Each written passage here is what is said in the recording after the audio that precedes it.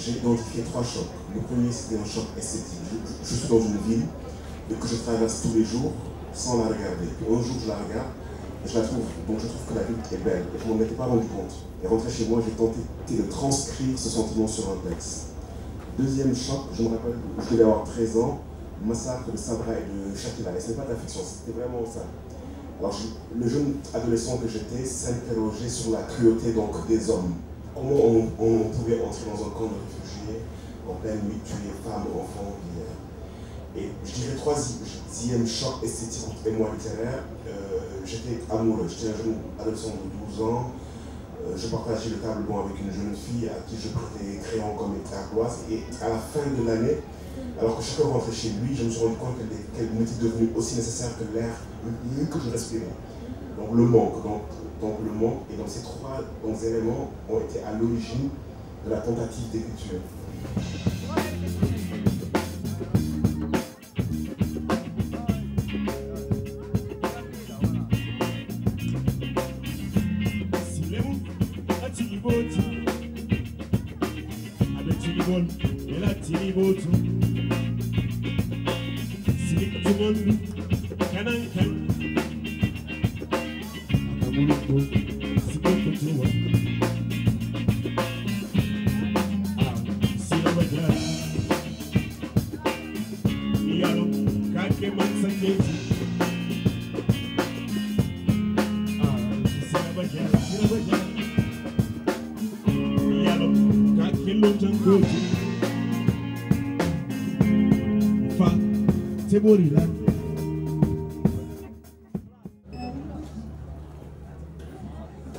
En voyageant,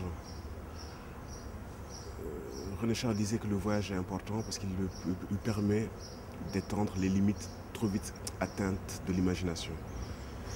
Lire aussi, lire. Lire est une formidable expérience qui permet de vivre d'autres lieux, d'autres époques, d'autres expériences existentielles, d'autres contenus, d'autres temps, et ça enrichit aussi les imaginaires. Donc j'avais lu ce que j'appellerais la littérature un peu classique, quoi, algérienne, Naguib Mahfouz, des gens comme ça, des gens comme Kateb Yassine, Mohamed Dib. Mais j'avoue que les jeunes auteurs ou les auteurs contemporains, j'ai du retard. Et justement, ça a été l'occasion de prendre des noms, des références, des titres de livres que je me promets de lire après, quoi. Donc je me suis autorisé réellement, quoi, réellement une vraie pensée, parce que je l'ai fondé sur une confiance. Si ce texte recèle des vérités, il ne craindrait pas que je le pense. Donc je l'ai pensé.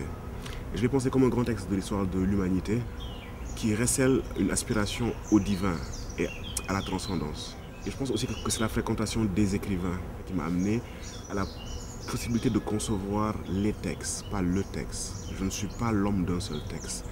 Et je pense que les textes comptent l'histoire de l'humanité et tous ces textes-là participent au fond d'une révélation, tu vois, dans le sens expression des profondeurs les plus intimes de l'être et de son aspiration à s'élever au-dessus de soi, quelque chose qui est dans nos archétypes. J'aime bien cette expression-là, j'aime bien. Oui, parce qu'effectivement, dans le projet d'écriture, je me suis d'abord dit, bon,